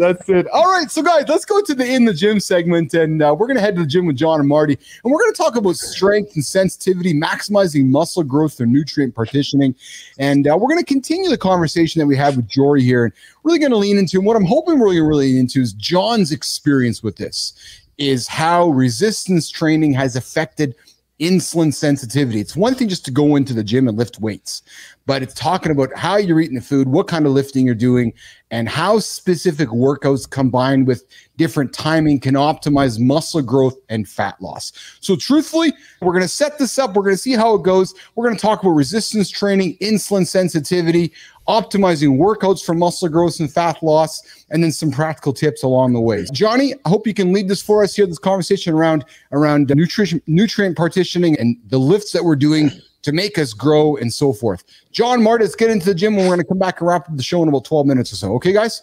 Not wrap the show. We're going to wrap up this segment and go to the... Yeah, no, we're going to get to the second half of the hour. Keith's just... That's all right. There's brain farts are part of our lives. Don't worry about it, brother. Own that shit. Let me just get me out of here. Own it, baby. Own it. All right. All right. So I think one of the things that might help our listeners to understand is we know that insulin is really powerful, and let's put it into a different framework, because right now we think of insulin about recovering from the gym, but realistically what insulin is, it's this transport hormone that's designed to get us back to recovered as quickly as possible. Going back to when life was a really difficult place to survive, if you had to run from a saber-tooth tiger, by the time you finally outran him, if you were alive, you were zapped, and those muscles were beat up. And keep in mind, there wasn't a lot of nutrients at that time. And so it wasn't like we had all we had right now. So when you finally did outrun that saber-tooth tiger, whatever it was that you had to fight for your life, whatever it was, your body had a response. Okay, I need to heal quickly because I might have to do this shit again tomorrow. And that's how we survived. The body was designed to survive. So in that setting, insulin comes along and says, okay, basically whatever he eats, I'm going to put it in the right spot so we can get these muscles healed quickly. And obviously when we didn't have enough to eat, insulin wasn't a huge issue. It didn't create this issue of getting fat because you couldn't take in enough calories to get fat from it. Now we fast forward into today's times, it still has the same exact function. It helps us heal really fast. But the problem is our workouts don't resemble running for our lives or fighting for our lives. And we've got this abundance of food, and so much of it has very little nutrient value. So now we can see where the problems lie. It's designed to help us recover and rebuild very quickly. But in the wrong setting, with the wrong foods, it can really backfire on us. So here's the thing. It doesn't take as much insulin as people think to do the job. So when you got these guys that are like, I'm going to finish this. I did this really nasty chest workout, which is a little muscle, for Christ's sake. There's not a whole lot of room. That holding tank is not that big. And then people are knocking down a bunch of candy and a bunch of shit like this. Number one, they cranked up the insulin really high.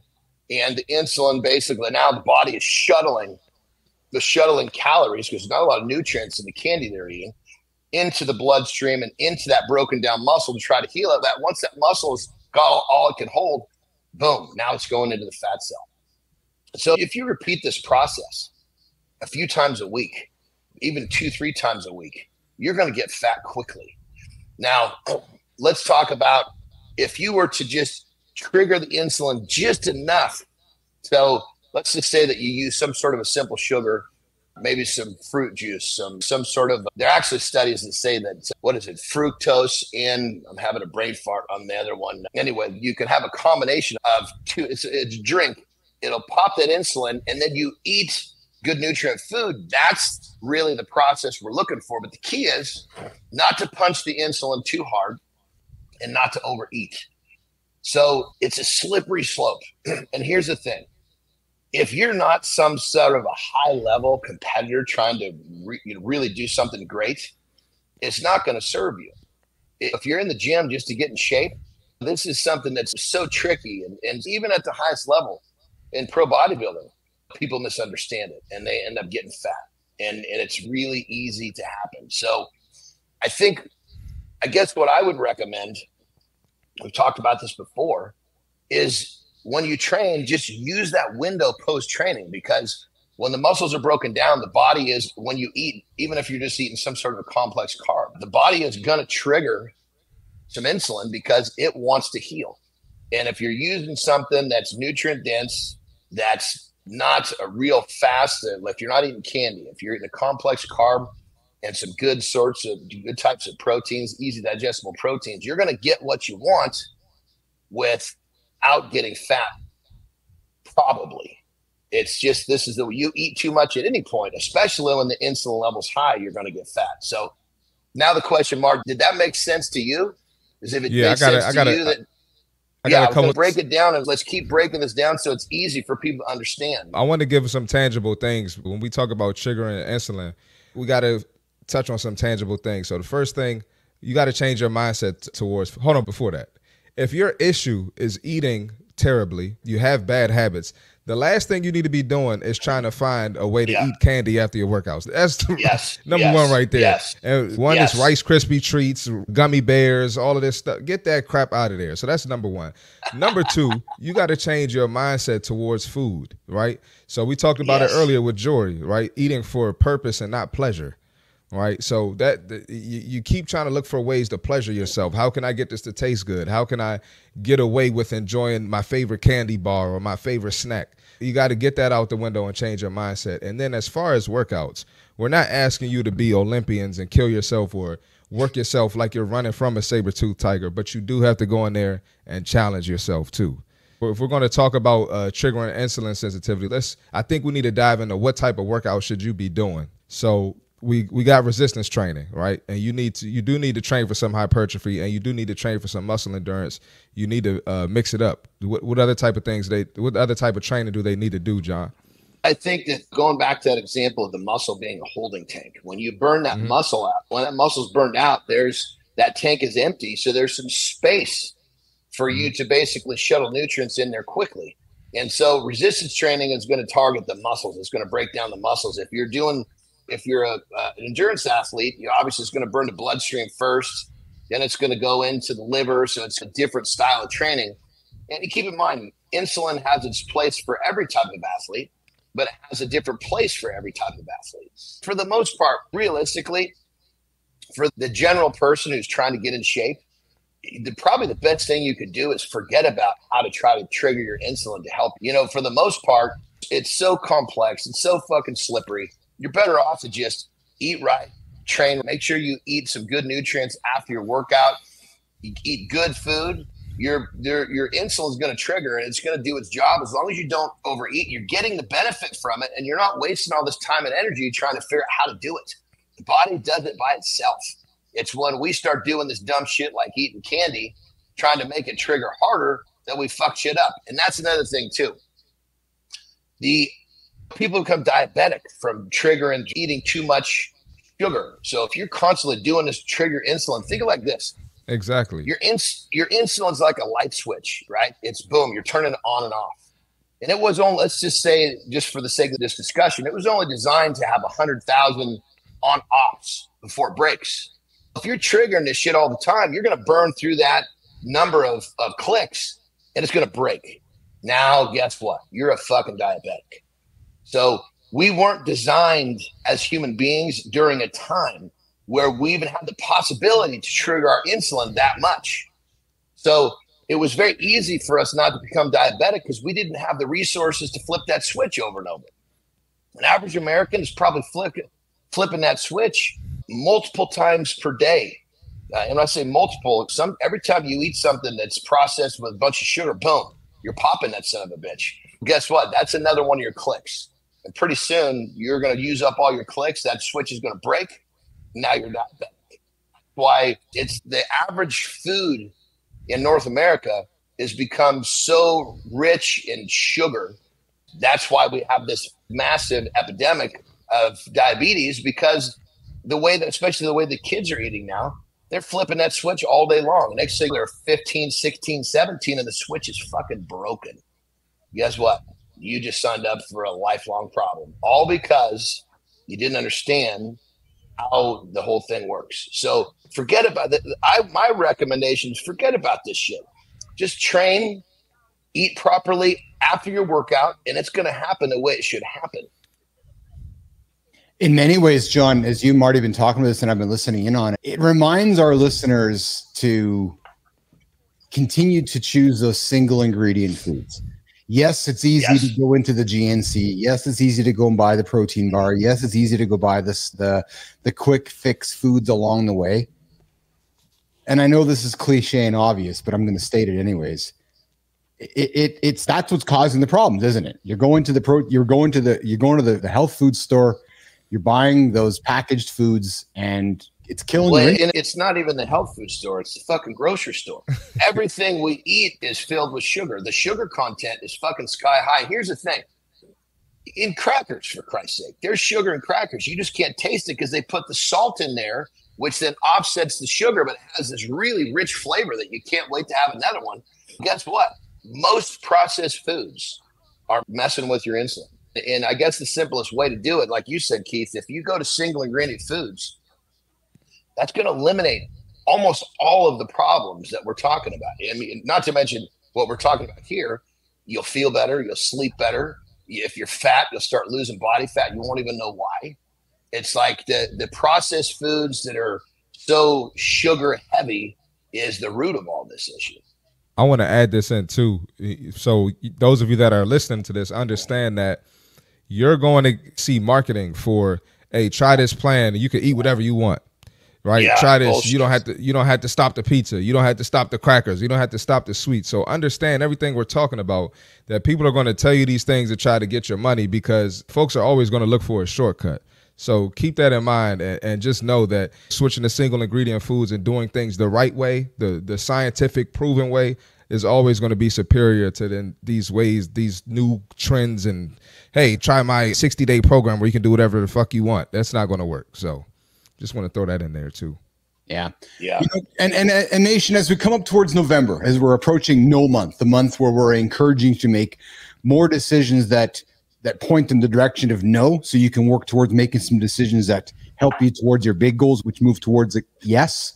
Maybe one of those decisions you want to consider is cutting sugar out of your diet, cutting sugar out of your daily food habits, cutting sugar. And maybe I'm going to make some suggestions and recommendations, nation. You can make the decision, but maybe you're sitting back going, okay, it's November, but it's No Month. Maybe I'm not going to eat sugar this week, or I'm going to go make some better decisions. And then, as John and Marty said, see how you feel about yourself. See how you feel when you look in the mirror, when you start making decisions without sugar involved. And I'll tell you, I've done it. I've created that awareness from, I'm not going to eat sugar. And when you focus on eating the healthy sugars that are in your single ingredient foods and not processed sugars, man, you feel great, you look great, and magic happens, as I like to say. But it's not fun, Keith. No, exactly, Marty. It's not fun. And it's not fun, nation. However, it is fun when you sit back and think about it, because what's fun is knowing you're going to live to 80, 90, go hiking with your kids, walking with your kids, eating whole ingredient foods forever. We got to define fun here. We got to define fun. Exactly. You know? Yeah. I mean, because people that think eating how they want to is fun, they don't know how bad they feel, because they've never felt good. Once you feel good, that's not fun anymore. Johnny, I'm going to talk about it. So I'll be the guy listening right now. So this was fun to me, eating these things. I'm not gonna lie. I love peanut butter and chocolate. As a matter of fact, October 31st comes National Peanut Butter and Chocolate Day. I love this. I fucking love it. It's fun to me. But you know what I hate more than the fun that's enjoying this? I hate how I feel when it's done. I hate how I feel the next day. That's not fun. Well, brother, it's like a cocaine user saying cocaine is fun. Exactly, Johnny. But I bring it up. True. I bring it up to relate to our audience because we know this, guys. John and Marty, they're listening to this right now. I go, yeah, but Keith, I like eat my chocolate bar. Guys, so do I. But I've been around the planet long enough to know that's why this thing is still sealed. It's still sealed because I've learned long enough in my lifetime that fun is short-lived. That fun, I can crush this in probably less than 5 minutes. Check this out. Let's take it one step further with this. This is factual. This is not my opinion. I believe this, but now that it's proven, I was living it. So sugar is an addiction, like a full-blown addiction. Oh, yeah. Yes. And here's how this is how bad it is. So literally, when a person that's addicted to sugar has this idea of eating, like they think, oh, I'm going to eat that big peanut butter cup. Yeah. Their brain releases some shit into their bloodstream that makes it okay, no matter what someone says. Now, the comparison is this. That heroin addict that's fucking jonesing, right? When he hears a knock on the door from his dealer, boom, that same thing happens. Yep. And there is nothing that anybody is going to say to make that guy not shoot up. That's dangerous. There's nothing that anybody's going to say that's going to stop a person from eating that big fucking peanut butter cup because they've proven that the addiction center of the brain doesn't understand the difference between heroin or fucking sugar. Yeah, yeah. So I bring it up, Nation, because I've been there. And I know Johnny's been there and Marty's been there. Yep. I've been there. So, and as we continue to build this show, I keep this thing taped up on my desk to remind myself about how good it makes me feel, but how good it actually doesn't make me feel. How it makes me feel horrible, how it beats my brain up, how it makes me feel just like a piece of shit. And in funny ways, guys, I keep this on my desk almost in a sadomasochistic way to remind myself about how it doesn't make me feel good, Johnny. So anyways, guys, great conversation today. Wonderful conversation. Jimmy, let's bring up producer Flynn on the stage here. We're going to work towards wrapping up the show with Community Corner. And I'm going to quickly reflect. And I know Marty's got to get rock and rolling. Johnny, you got to rock and roll today as well? I do, yes. So we're gonna quickly wrap up our show. We're behind on some social. We're behind on some social media, so I got some shit I got to do. Let's go, man. Let's quickly go around the table. Great conversation today. Flinner, let's start with you. Highlights of today's show. I thought I didn't know anything about partitioning. So for me, it was really interesting to learn about the specifics from Jory and the crew. And then it's just so specific, this information. Yeah. Where else are you going to get it? Where else are you going to get these dudes and Jory talking about the specific, really detailed shit that they're talking about? You're just not going to do it. Yeah, I agree. Marty, what did you get from today's show, brother? Man, John Anderson and Kaninsky going back and forth. Yeah, I love that. Yes, that was pretty good. That was pretty entertaining. Yeah, I was blowing Keith's phone up the whole time. Y'all didn't see. I didn't know though. Yeah, I was blowing Keith's phone up. But what was it that you liked about that, brother? Nah, it's just like you got two different philosophies, but you guys are both kicking ass. You're both kicking ass. Yeah. They're both right. Yeah, and you're both right. Yeah. So I thought that was great. And then I was real quickly. I'm scrolling on Instagram before we start the show. I see John pop up. I'm like, I'm about to hear this shit on the show. I turned my phone off. This shit today, John. I think that obviously we're talking about some really misunderstood, detailed shit about insulin and whatnot. And I think that I'm happy. And I guess I'm just glad that as a show, we're also keeping our eye on the prize of not just talking about this complex shit, but also helping people understand that it's a slippery slope and it might be a waste of time to be focusing on something that may not be helpful. I guess when it comes down to, we're taking some stuff that's really complex and breaking it down into a simple format so people have the ability to make decisions for themselves based upon something they understand. Yes. John, so since I've met you and I have a lot of respect for your position on, I like to simplify things and I love that perspective. For me, though, and again, we're the same age. As I've gotten older, I find myself more curious and wanting to learn more about things, learning data, right? And because we have so much data and so much technology now, I continue to lean into that stuff. I loved your example about insulin sensitivity and just the tank of the muscle, right? And how you use Jory's explanation on and how you really simplified it for all of us. But I really am going to keep taking our conversations here to keep leaning into things that maybe aren't as simple, because people like myself are curious. Like I love leaning into data and I want to use data to help me live longer. I want to use data to take some of the old bro science and wash it away. But I like how you can take your 40 years of everyday experience and bring that to the table. That to me is magical, because you can bring Jory's knowledge, you can bring Marty's knowledge, and then you can take this is how it works in the real world. And this is how it works when you put your food in the body and the muscle goes here. I'm like, oh yeah, I get that. That makes sense to me. So really helpful. Because on that level, just to go what you're saying, is because people, they get really stuck in the why. And if it's too detailed, they spend too much time in the why. When what I'm all about is, okay, let's understand that why as simply as we can so we can get on with the how. Yes. Because the how we get better is where we want to spend our time, not getting lost in the details of the why that you may not have never understand. Yes. But some folks, Johnny, want to understand the why, right? So for example, if you and I are working together, you're saying, Keith, eat this. And I'm like, yeah, but why? So I'll break it down simple so you understand, check the box. Let's fucking get going.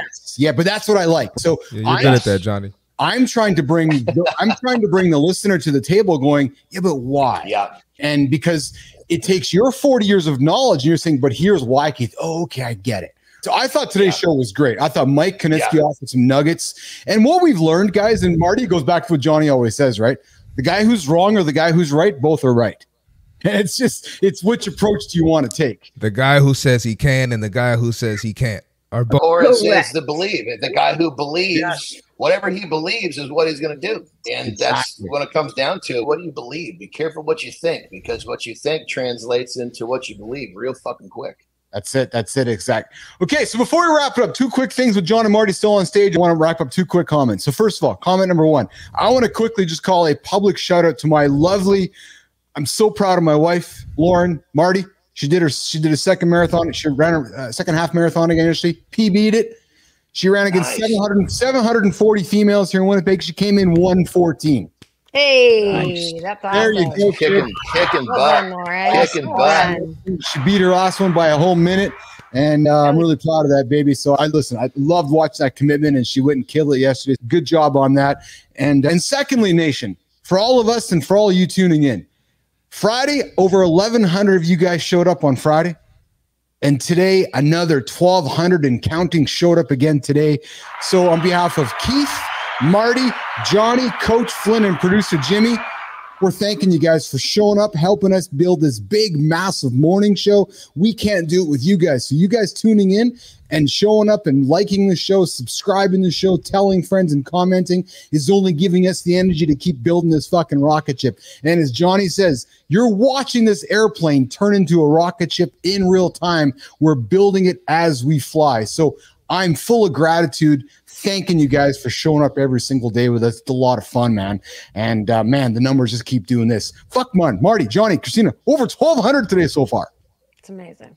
It's just a down payment, baby. It's just a down payment. Just down payment. I remember. And celebrate the W's along the way. We like to do that because it's important to remind ourselves of the direction we're going and that people are responding.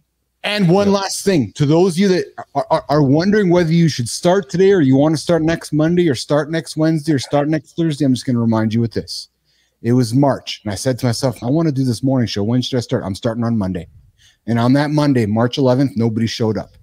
Today, over 1,200 of you guys showed up. What's the message? John, Marty, Christina, just get started and figure it out as you go. And as long as these numbers are great, but you strip it all away, you peel all the layers of this onion back. As long as we affect one person every day, we did our job. I agree.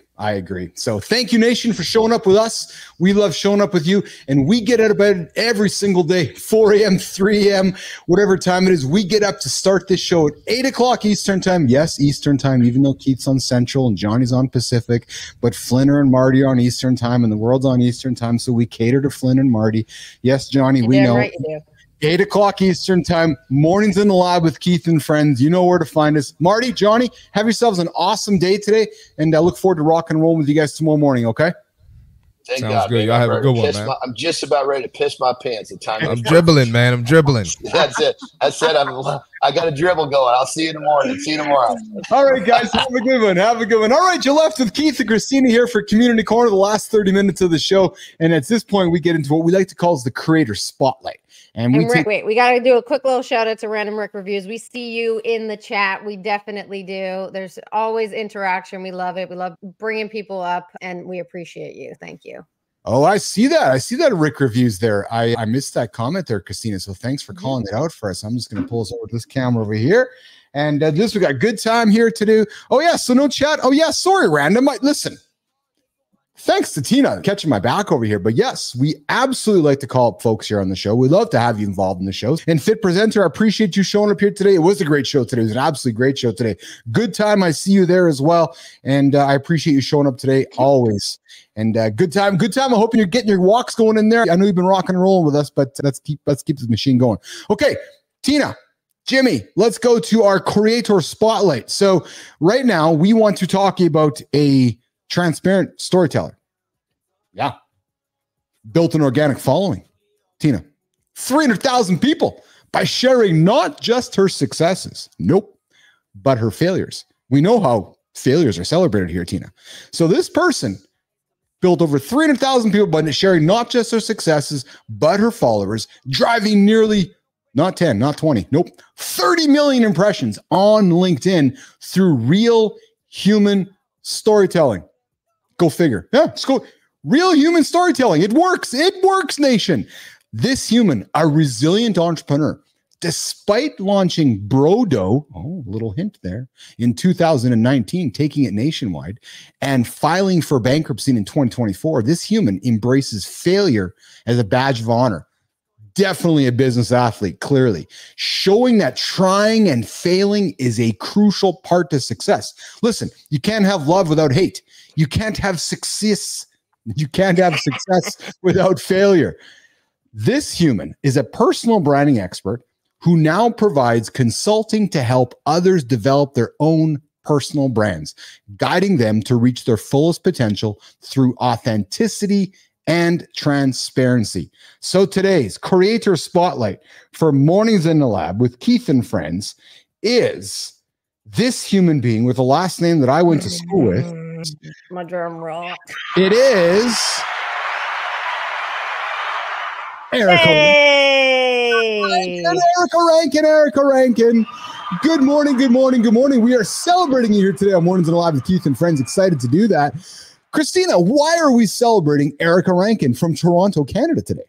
So we talk about the importance of storytelling, and we talk about the importance of being your true, authentic self. Erica is this great example of somebody who was able to build a following, but admits that it wasn't really her true, authentic self at first. She talks about the fact that focus on external validation, that focus on what everyone else is going to think, led her down some paths that she's either not proud of or she just owns and accepts as the reality of her life. But she talks very openly about them. And now we see this transformation in somebody who's able to say, yeah, I was doing a lot of things. She was a sex worker for a period of time. I was so focused on my external presentation that I engaged in a lot of plastic surgery. She's talking about what was, and she's putting it all out there. I don't think you always have to put it all out there, but I do think Erica's a beautiful example of what can happen when you do. I don't think it's just about building the personal brand. I think there's a lot of self-healing and personal growth that can happen when you're exposing yourself to building in this way. And you're just owning the parts of yourself that you've never really talked about before. You don't have to do it by any means, but Erica's a great example of what can come of it. And she's showing us how to do that. And she's doing it every single day online. And I fucking love it. Wow. So I don't know, Erica, just meeting her over the last couple hours through Christina's posting on Creator Spotlight. I'm a fan. Dude, I'm a fan. Looking at her content, looking at how she puts herself out there, looking at her story, Christina. Again, you've known me long enough. When I see stories like this, here's what happens to Keith. He wants to walk closer. So we got Seth Kuhn coming up. And there's almost 80,000 people that are doing the same thing. Whoa. And you should see the comments that she gets on her posts. Yeah. It's this example of what we talk about all the time that's LinkedIn is missing. It's just real. She's just like, yeah, you know what? I fucking had to file for bankruptcy because I launched a company and I thought I've had it all figured out and was doing really well. And then it blew up. And how many of us can appreciate and resonate with the fact that you put a lot behind something and then it blows up?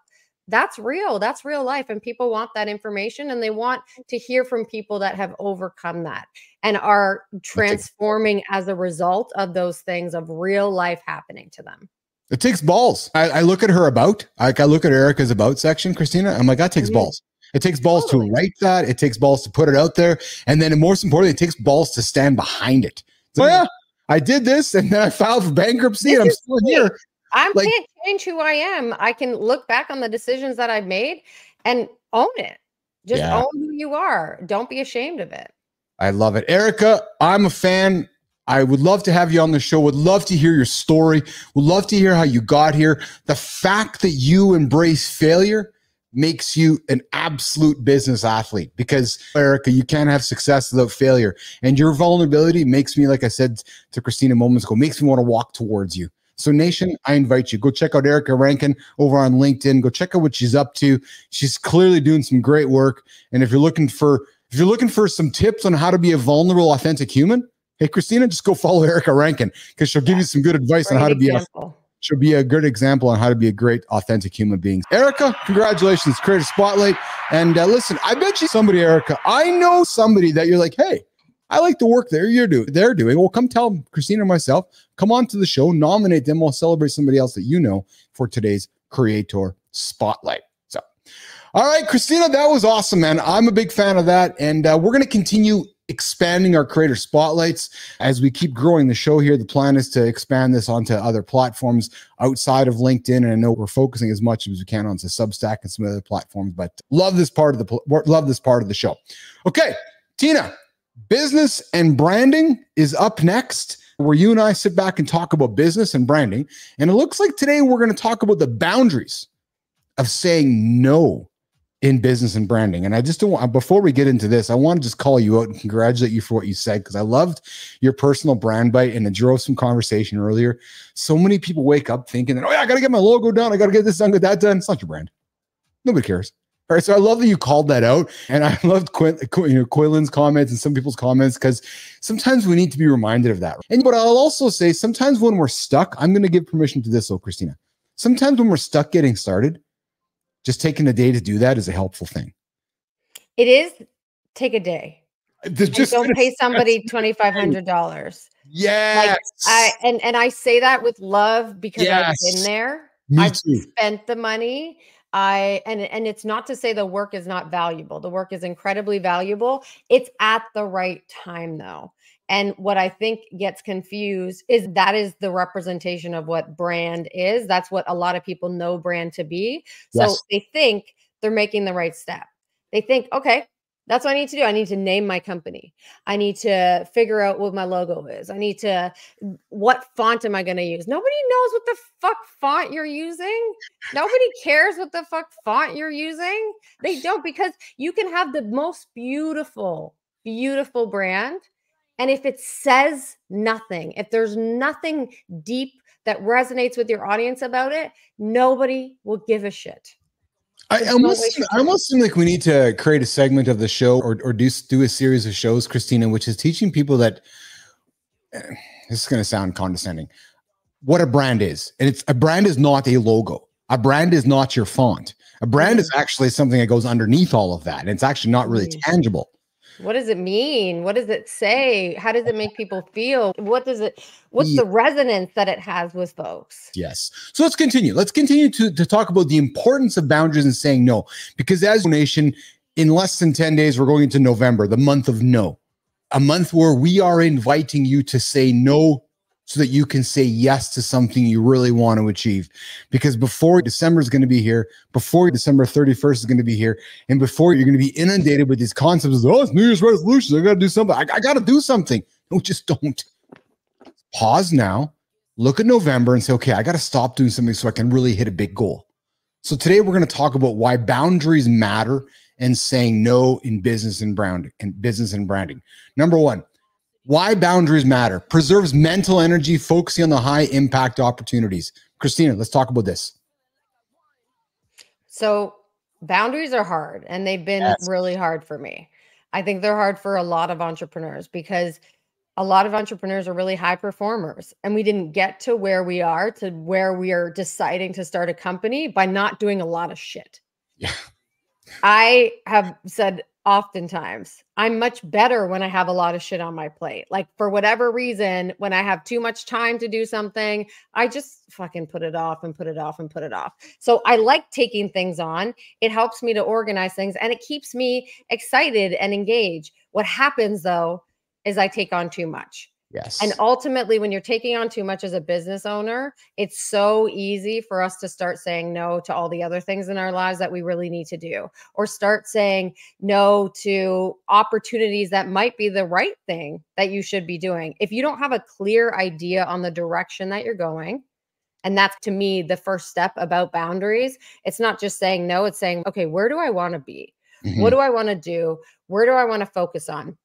If you can articulate what that is, then everything you do should ladder back to that for a period of time. So that's where you need to start from my end. Where do you start? It's taken me some time to learn where to start, because I have been one who's always said yes my whole life, Christina. Yes, that's because I was taught as an entrepreneur, you always say yes when someone, because you're always saying to yourself, that person's a potential customer, so you got to say yes. Possible opportunity. Oh my God. Everything's an opportunity. Yes. So I've had to learn, Christina, and it took me till probably my late 30s and 40s. And, oh, wait a minute. It's powerful saying no. It's actually powerful to say no so I can say yes to things that are important. Mm-hmm. Very difficult to do. And it's been a skill that I've had to learn how to do. And I will say that the biggest thing for me, Christina, was learning how to say no so that I could say yes to the big things, but not be worried about the fear of missing out, the FOMO, by saying no to something. And I think that's something that perpetuates on a lot of us entrepreneurs. Yeah. And I think that's why it's so important to establish those foundations of why you want to set up these boundaries and why you want to say no to things, because otherwise it gets too sexy. Like, the possible opportunity gets too sexy. You're excited about this. Let's reframe boundaries, because I think people listening to us think of boundaries as a bad thing. And I bring it up because I've spent my time going through a psychologist through my years of growing up as a human being, learning what boundaries were as a partner, as a spouse, as a father, and as an entrepreneur. When people hear boundaries, they think immediately of restrictions. Mm-hmm. I know I've gotten to know you. When I say boundaries to you, you go, oh, you become rigid because it's saying you can't do something. Mm-hmm. Let's reframe that, Christina. Let's reframe boundaries and turn it into an opportunity instead of a negative. How would you address that? Just with what I was saying, what is addition by subtraction is something, those moments throughout your career where people say something. One of an old executive I used to work with in sports said it one time, and I was like, whoa, like I was fucking high or something. And he said the most prophetic thing, but I had never really contemplated that idea of, you are going to add so much more opportunity if you subtract all of the bullshit. And oftentimes that's the hard part. So having a clear idea on your why, on why you want to set boundaries, why they're important, because you want to focus on XYZ. That's the first step. And then you've got this really clear idea and vision of, okay, I need to assess everything that comes up, all opportunities that come up against those foundations that I've set. I need to say, okay, I've learned. I don't say yes on the spot ever anymore, because I don't say no on the spot ever anymore. I tend to say, I need to take that back. I actually don't know anything that's in my brain. I can't trust my brain. I need to take it back, and I need to actually look at what I've got down. And then I have this safe space to be able to assess it against what I'm trying to do without feeling badly about potentially disappointing somebody else, which is a problem for me. So I take it back and I say, I can't answer anything on the spot. And then when I go back, what I've been doing that seems to have people responding pretty well is being really honest and saying, hey, I got to say no to this. And the reason I got to say no to this is because I'm trying to hold myself accountable to saying no to anything that lives outside of the boundaries that I've set for myself. It's not to say what you're doing isn't valuable. I really love what you're doing and I would love to support it. I simply can't do that right now because I need to focus on where I'm focusing. And the response people get is like a lot of fucking respect. Nobody's upset. Everyone's, you know what? Congrats. Well done. That's awesome. Because most people need to do the same things themselves. I'm glad you said that. And I think this is a great way for us to wrap the segment up, Christina, because most of us humans are unable to do what you just said. So when we do it in front of somebody, it's like you're shining the mirror at somebody going, oh, fuck, you did it. Because I can't do it, which is saying it is hard. So when you get in front of another human and then offer up your boundaries, they're like, oh, they're like, slow clap. That's fucking awesome. Good for you. It's immediate respect. It took me too long in life to learn that. So again, if I can offer up nuggets to Nation, like our audience, those 25 to 54-year-olds, I'm the old guy here. If I can offer something to you, just tell somebody else to say, I don't know the answer, or just say to somebody, you know what? I'm figuring out my boundaries. I got to say no to you right now before I figure it out. And I'm going to tell you that person on the other side of the conversation is going to go, holy smokes, man. Good for you for having the courage to put a boundary up. It's true. It's really true, because most of us want to say yes. Most of us want to please the other person. And when we put a boundary up, that usually equates to disappointment. So if we can flip the script and say, you know what, Christina, I don't know if I can do that right now because I got some boundaries up. You're going to go, holy smokes. He's actually saying no, but he's actually saying yes. He's giving me a reason, and I respect that. And what you're trying to not do is disappoint them. But in reality, what you're saying is you are more important than me. Yes. You are more important than my family. And that's been something like my wife had to call me out on it and be like, why is it so critical for you to not disappoint anybody else that's asking you for something? But in the end, you're disappointed. I'm disappointed. The kids are disappointed. Like, why the fuck is everyone else more important than us? And that's something I've had to think about. It goes back to what we talked about at the beginning of the show with Michael Konetsky and scheduling your calendar, right? Erin sits down with you and she says, Christina, I'm looking at your calendar and there's no time for you and me in it. Your time's with everybody else. So Christina, why haven't you put boundaries around your calendar so there can be time for Christina and Erin? You're like, oh, I never even thought about that. It's the same mentality. It's boundaries to protect yourself so that you can protect those around you that are important. And if you don't do it, I promise you, if you don't do it ahead of time, you'll never do it on the spot. Ever. It's a possible task. So you have to have that ahead of time. You have to build those things into your calendar, or whatever your process is for managing your time. If you don't do it and you wait to give that response in the moment, you're never going to do it, because everything seems really fucking important in the moment. Everything seems like the biggest deal or the biggest opportunity. And in reality, it's just not. It's true. It's true. So Nation, I'm going to invite you as we're wrapping up our conversation today with no month around the corner. I'm going to invite you to consider today to say no to something, whether you're hearing this right now live, 10 o'clock Eastern time, or whether you're hearing it throughout the day and you're going, I don't want to do that right now. Then don't do it. Say no to something so you can say yes to something later. Don't be afraid to set a boundary, and don't look at a boundary as a negative. Look at a boundary as a plan. Look at a boundary as a roadmap. Look at a boundary as a value.